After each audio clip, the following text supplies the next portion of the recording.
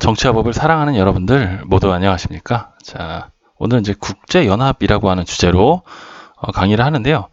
사실 이제 교과서라든가 혹은 여러 가지 교재들을 보면 이 파트는 크게 이 세 가지로 구성이 되어 있습니다. 하나는 이제 국제 문제라고 하는 것을 하나 다루고 있고요. 두 번째는 이제 국제연합에 관련된 부분, 마지막은 세 번째가 우리나라의 국제 관계. 이 세 가지 주제를 다루고 있는데, 사실 이제 시험과 관련된 부분에 대해서는 그 첫 번째인 국제 문제나 세 번째인 우리나라의 국제관계에 관련된 부분은 크게 중요치가 않습니다.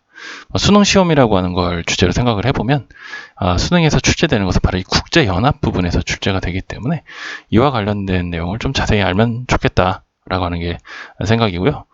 사실 이제 지금 시기가 학교에서는 이미 내신 시험 같은 경우 다 끝났고, 그리고 이제 고3인 경우는 수능이 이제 고3으로 올라간 학생들 같은 경우에는 이제 이걸로 이제 수능 보려면 한참 남았기 때문에 관심도는 떨어질 거라고 생각은 들고요. 저도 이제 세특 이런 거 쓰느라고 바쁘다 보니까 방송에 이제 올리게 되는데, 아무튼 새로운 것을 알아가는 것은 항상 좋은 거니까 그런 의도에서 좀 차근차근하게 들었으면 좋겠습니다. 자, 그 국제연합이라고 하는 곳을 한번 생각해 보기 전에 이제 우리가 국제연합 본부는 어디 있을까? 이 생각을 해보는데, 학교에서 학생들에게 물어보면 생각보다 국제연합 본부는 어디에 있는지 잘 모르는 경우가 많이 있습니다. 국제연합 본부는 사실 뉴욕에 있습니다. 그 뉴욕이란 도시는 세계 도시, 말 그대로 정말 세계 도시라고 하는 말이 딱 어울리는 그런 도시죠. 여러분들의 진로가 무엇이건 간에 아마 그 끝판왕에 해당되는 것들이 뉴욕에 하나쯤은 있을 거라고 생각합니다. 예를 들어서 경영학을 전공하고 싶다. 뉴욕에 월스트리트가 있고요. 정치 관련된 부분, 외교 관련된 부분, 끝판왕에 국제연합 본부가 들어서 있기도 하고요. 그 외 여러 가지 다국적 기업의 본사들이라든가 명품의 거리, 혹은 문화예술 쪽에는 당연히 브로드웨이라든가 뉴욕 현대미술관 이런 것들 다 있죠. 한 번쯤은 가서 견문을 넓히기에 좋은 곳이라고 생각이 듭니다. 물가가 좀 많이 비싸서 그렇지. 아무튼 국제연합이라고 하는 것은 무엇일까? 이 내용은 이제 여러분들 여러 가지 교재들 많이 보겠지만 좀 너무 추상적으로 나와 있다라고 하는 생각이 좀 들어서 국제연합 홈페이지에 가서 한번 그냥 긁었습니다. 간단한 겁니다. 뉴욕이라고 하는 것은 이제 1945년에 설립된 이제 국제기구에 해당이 되는데요. 홈페이지에 따르면 이제 현재 회원국, 국제연합의 회원국은 193개국에 해당이 된다고 합니다. 그런데 이제 UN 국제연합의 그 사명과 하는 일 같은 것들은 이제 유엔의 설립 헌장, 파운딩 차터에 들어가 있다라고 이렇게 설명이 되어 있는데, 다만 이 강의에서는 제가 그렇게 대단한 외국 국제적인 지식을 갖고 있는 것도 아니고 유엔 설립 헌장을 다 읽을 만큼 시간적인 여유도 없고 해서 그냥 그 내용은 소개하지 않겠습니다. 자, 이제 유엔의 설립 목적을 한번 좀 살펴봐야 되겠는데요. 굉장히 좀 다양한 일을 하고 있는데, 21세기 휴메니티의 어떤 저항이 되는, 도전이 되는 그런 이슈들에 대해서 행동을 취할 수 있다라고 되어 있는데, 그런 내용들은 무엇인가 잘 보면 이런 것들입니다. 평화와 안보, 그리고 기후변화. 기후변화가 상당히 중요하죠. 그 다음에 지속가능한 개발, 그 다음에 인권, 그리고 디스아머먼트라고 하니까 탈무장, 이런 것들, 그 다음에 테러리즘, 인도주의와 그리고 건강에 관련된 부분에서의 긴급사태. 사실 요새만큼 이 헬스 이머전시가 이렇게 크게 부각되는 시대는 없었죠. 여태까지 헬스 이머전시라고 하면 저개발 국가, 아프리카, 이런 쪽에 있는 나라들의 건강과 관련된 문제, 이렇게만 생각을 했었는데, 지금은 이게 엄청나게 중요해졌습니다. 양성평등의 문제, 가버넌스, 그 다음에 식량 생산, 등등등 여러 가지 것들에 대해서 행동을 취하게 되는 것이 바로 유엔의 설립 목적이라고 볼 수가 있습니다. 근데 이제 가장 핵심적인 부분은 바로 요 6가지 유엔의 주요 기구가 무엇인지를 아는 것. 이게 가장 중요하고요.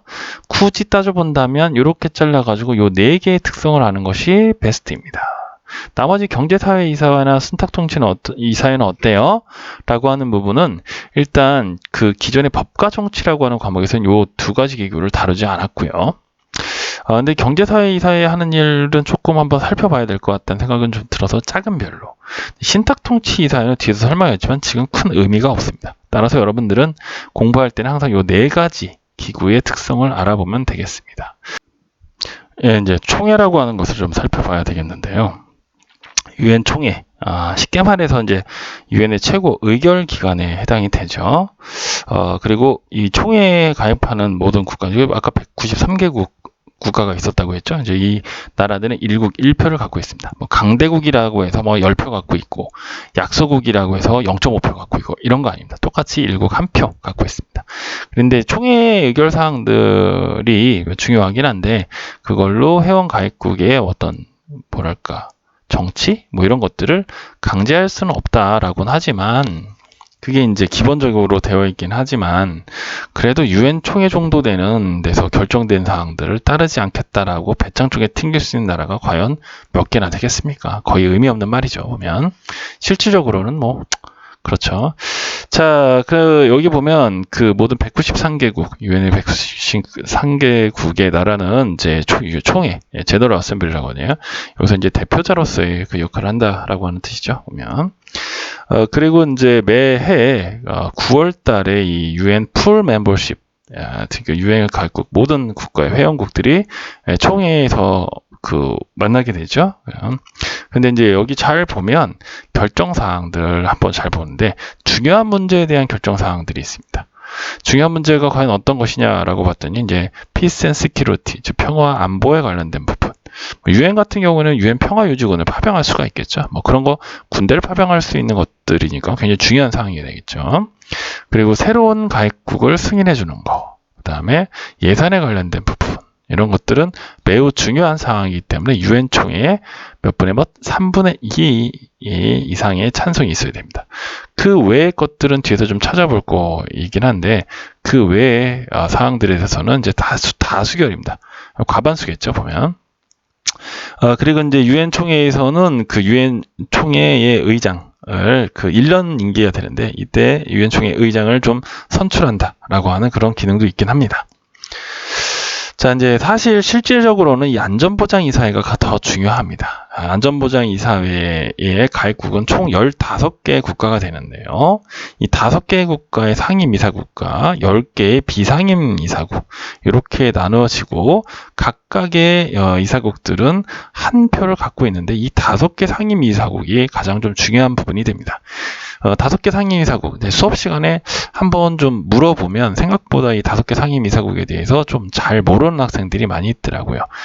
당연히 이제 미국과 러시아가 해당이 되고요. 중국, 그다음에 영국과 프랑스가 해당이 되는데 학생들이 잘 헷갈리는 것 중에 하나가 독일이 들어가지 않을까요? 라고 하는 부분하고 그다음에 일본이 해당될까요? 라고 물어보면 해당돼요 라고 생각하는 학생들이 꽤 많습니다. 실제로 그렇지 않다. 그 두 국가는 사실 2차 세계대전의 전범 국가이기도 하죠.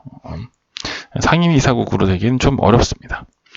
자, 근데 이제 유엔 안전보장이사회 같은 경우에는 이제 평화나 뭐 공격적인 행동 등 이런 평화 위협에 되는 그런 것들이 좀 있을 때 선도적인 결정을 할 수 있다라고 되어 있는데요.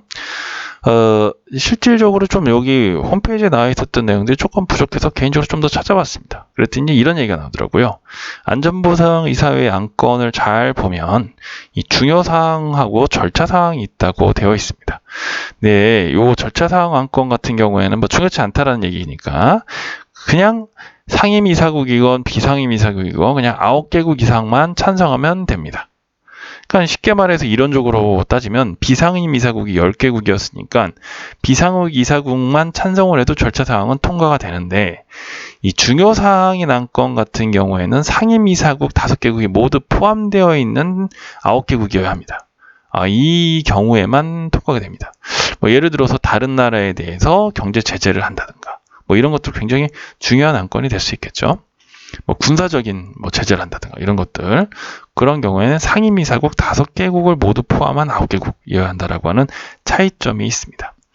그런데 만약에 이제 중요사항 같은 경우에는 상임이사국이 거부권 이런 것들을 행사할 경우에는 다른 이사국들이 다 찬성하더라도 해당 안건의 통과를 막을 수는 없다라고 되어 있습니다. 비상임 이사국의 임기는 2년입니다. 우리나라도 사실 유엔의 비상임 이사국이었었던 적이 있고요.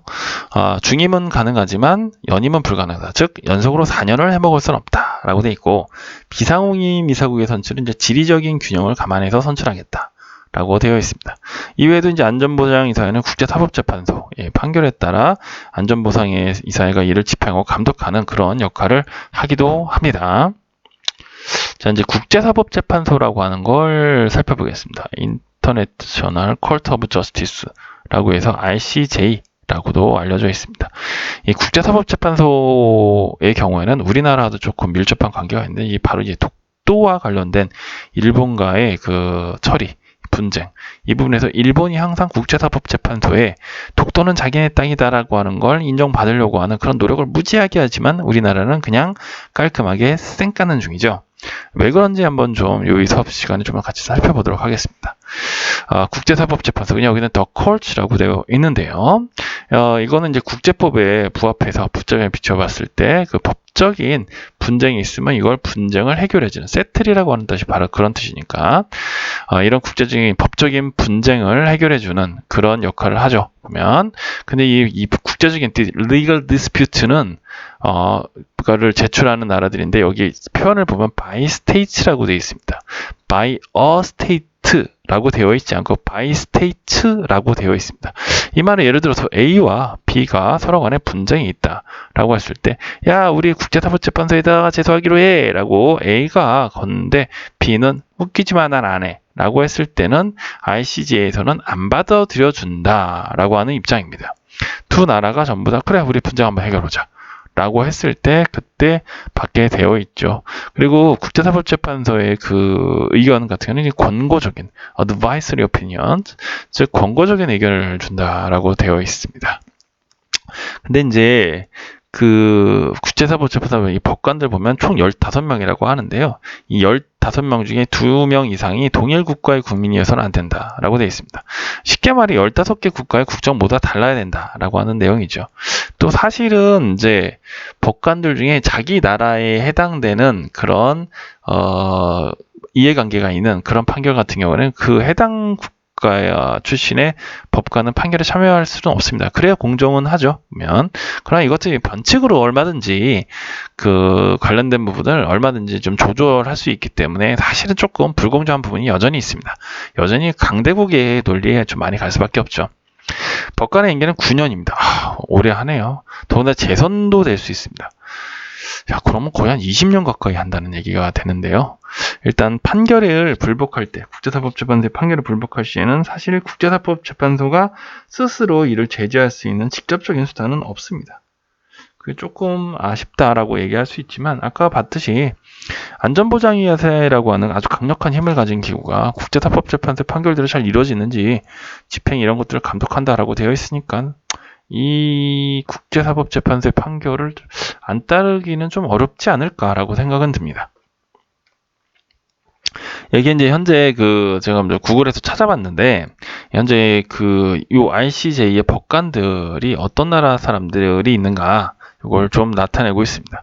잘 보면 현재 이 소장의 위치는 그 소말리아 국적 출신의 압둘카이 아메드 유스프 씨라고 하는 다소 긴 이름의 법관이 맡고 계십니다. 아프리카 같은 경우가 사실 이런 UN이라든가 이런 국제기구에 수장이 되는 경우가 많습니다. 논란이 있었던 WHO의 거브리오 여수스라고 하는 그 사무총장도 사실 아프리카 출신이시죠. 왜 그러냐면 아프리카에 고만고만한 약간 나라들이 좀 약한 나라 국가들 때 쪽수는 많은 거예요. 그러다 보니까 이 나라의 좀 힘들이 좀 이런 국제기구에서 좀 발휘가 되다 보니까 아프리카의 지원을 받아서 되는 경우가 많습니다. 또 사실 그 WTO 부분도 좀 제가 아직 그 코로나 때문에 의장 선출이 조금 늦어지고 있는데 이것도 지금 우리나라의 그 유명희 산업통상자원부 소속 외교통상부서 본부장님께서 파이널 라운드까지 진출을 되셨는데 이 상대 후보가 사실 아프리카 출신 여자분입니다. 그래서 아프리카 쪽에 그 지원을 받아서 요 아프리카 쪽에 계신 분이 될 것인가 아니면 미국 측의 지원을 받아 우리나라 쪽에 계신 분이 될 것인가 여기 한번 좀 결론이 좀 나겠죠. 보면 부서장급에는 중국이 좀 들어가 있고요. 그 다음에 중국 쪽에 계신 분께서는 2021년에 임기가 만료이 되네요. 되게 오래 하시네요, 보면. 일본 쪽에 계신 분도 한 분 계십니다. 이분은 이제 선출은 2003년에 됐고, 그 다음에 2021년에 임기가 만료가 된다라고 그렇게 보시네요, 보면. 뭐 등등등 그 외 나머지 나라의 국가들이 좀 있습니다. 이제 이 독도 관련된 부분에서는 조금 찜찜한 게 이제 아무리 봐도 여기에 계신 법관분께서 일본 분이 한 분 계시긴 한데 물론 공정하다라고 하는 것을 좀 담보는 해야 되겠지만 사실 우리나라 입장에서는 꽤 오랫동안 계셨던 이 일본 측의 법관 분이 계신데 이분이 여기서 그냥 가만히만 있었겠느냐, 자기가 판결에는 참여하지 않는다 치더라도 여기서 다른 법관들하고 다른 네트워크가 있지 않겠느냐, 의심을 안 해볼 수가 없죠. 솔직한 얘기로 그렇습니다. 조금 약간 좀 그런 한계가 있지 않는가라고 생각이 들고, 우리나라에서도 이제 일본 분이 좀 나가시게 되면 그 자리를 이제 우리나라 분께서 한번 좀 올라가시면 어떨까라고 생각을 해봤습니다. 꼭 그렇게 되었길 바라겠습니다. 이제 사무국이 있는데요. The Secretariat이라고 되어 있는데 여기 이제 구성을 보면 이제 한 명의 유엔 사무총장, 세크리티 제너럴과 그리고 수만 명의 국제 유엔 스태프들로 구성이 되어 있다라고 되어 있습니다.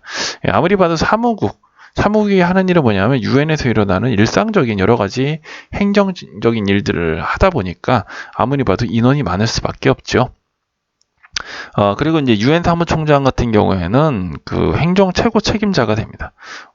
그러니까 가끔 이제 신문 저널리즘 같은 데서 나오는 것 중에 하나가 유엔 사무총장의 그 또 다른 별명을 보면 세계 대통령이라고 하는 말을 하기도 합니다. 뭐 그렇기도 하겠죠 보면.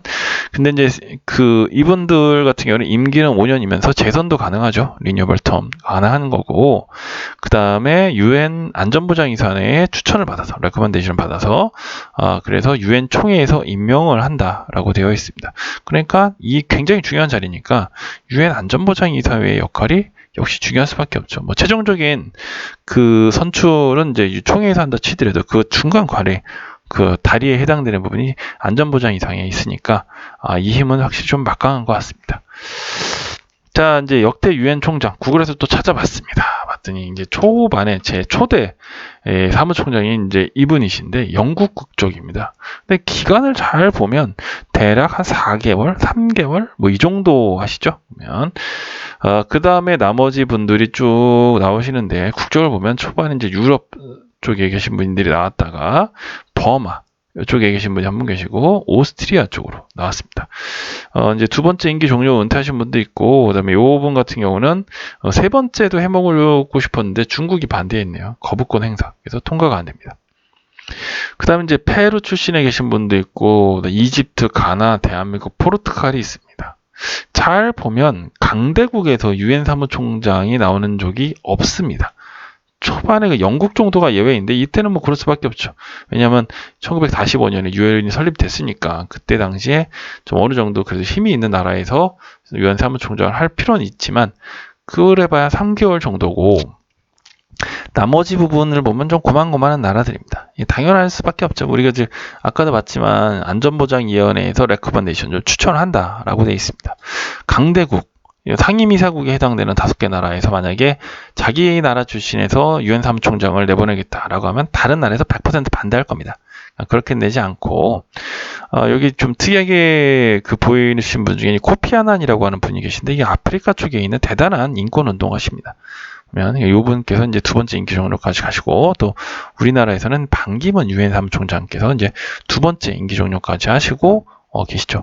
사실 이제 개인적으로 바라는 건 이런 반기문 총장 같은 분은 어쨌건 외교관으로서의 생활도 오래 했고 유엔 사무총장까지도 했으니까 국제 문제에 관련돼서는 우리나라에서의 거의 뭐 최고의 전문가가 아니겠느냐 라고 생각이 되는데, 이런 좀 역량을 좀 발휘해서 이제 우리 배우는 후학들에게 필요한 뭐 교재를 좀 하나 좀 써보신다든가, 뭐 강연을 좀 해주신다든가, 뭐 이런 일들을 좀 많이 해줬으면 좋겠다라고 하는 게 선생님의 개인적인 소망입니다. 경제사회이사회라고 하는 것은 사실 정치화법 들어와서 여기에 실리게 되어 있는 건데요. 이 가입국은 총 54명이 되어 있고요. 유엔 총회에서 선출이 된다고 되어 있습니다. 근데 이제 잘 보면 경제사회이사회는 경제적인 문제와 사회적인 문제를 당연히 다르겠죠. 근데 어떤 것들을 보냐 봤더니 이제 국제적으로 합의되어 있는 발전 목표, 가 있을 거예요. 이런 것들을 실행하는 것도 당연히 중요하지만 그 외에 서로 간의 조화, 협력, 그 다음에 정책에 대한 점검, 뭐 폴리시 다이얼로그가 대체 무슨 뜻인지 모르겠는데 아마 정책대에 대한 뭐 토론이나 무슨 뭐 대화 뭐 이런 것들을 얘기하는 것 같고요. 그다음에 어떤 권고 이런 것들을 하는데 무슨 권고냐? 보면 경제적인, 사회적인, 그리고 환경적인 문제들에 대한 권고들, 이런 것들을 하고 있구나라고 하는 걸 볼 수가 있습니다. 이 마지막으로 이제 신탁통치 이사회입니다. 우리나라의 역사와도 연관이 되어 있죠. 보면 이제 트러스티십 카운슬이라고 되어 있는데 1945년에 설립이 되어 있는데요. 이때 어떤 일이 있었냐면 이제 이런 게 있었어요. 유엔 산하의 신탁 통치령으로 되어 있는 나라가 그곳이 한 11개 정도 있었었나 봐요. 근데 이제 요런 나라들이 이제 적절하게 단계를 좀 밟아가서 그리고 자치를 할 수 있고 독립을 할 수 있게 이렇게 준비를 시켜준다라고 하는 그런 역할을 하고 있는데요. 우리나라도 이제 1945년에 이제 해방되고 나서 우리나라 정부가 수립되기 전까지 우리나라의 국론을 상당히 양분시켰었던 그런 것 중에 유엔의 신탁 통치를 받느냐, 찬탁이냐, 아니면 반탁이냐 이걸로 굉장히 많이 썼었죠. 바로 그런 역사를 갖고 있었던 이사회인데 이게 지금 크게 외울 필요가 없고 신경 안 써도 된다고 생각하는 게 1994년에 모든 신탁 통치령에 해당되는 그런 나라들이 독립을 해버렸습니다. 보니까 그 나라가 맨 마지막에 썼던 나라가 어디냐라고 했더니 팔라우라고 하더라고요. 그러니까 그럼 벌써 지금 이게 16년, 17년쯤 전에 된 얘기입니다. 그럼 과연 뭐 이게 과연 지금에 와서 그렇게 쓸모가 있겠느냐 이게 보면 이런 생각은 들지만 뭐 나중을 또 생각을 해봐야 되니까 뭐 이런 기구도 있구나 라고 하는 정도로 생각을 해보면 될 것 같습니다. 자, 이제 오늘 강의는 이렇게 끝나고요. 여러분 그 1년간 굉장히 고생이 많았습니다. 그리고 저는 이제 2학년들을 대상으로 정치화법을 계획했는데 뭐 학교일도 바쁘고 하다 보니까 좀 강의 영상 이런 것들을 많이 못했는데 내년에는 올해죠. 이제 올해는 좀 더 부지런히 해서 좀 더 충실하게 강의 영상을 만들어 보도록 하겠습니다. 모두들 건강 조심하십시오. 감사합니다.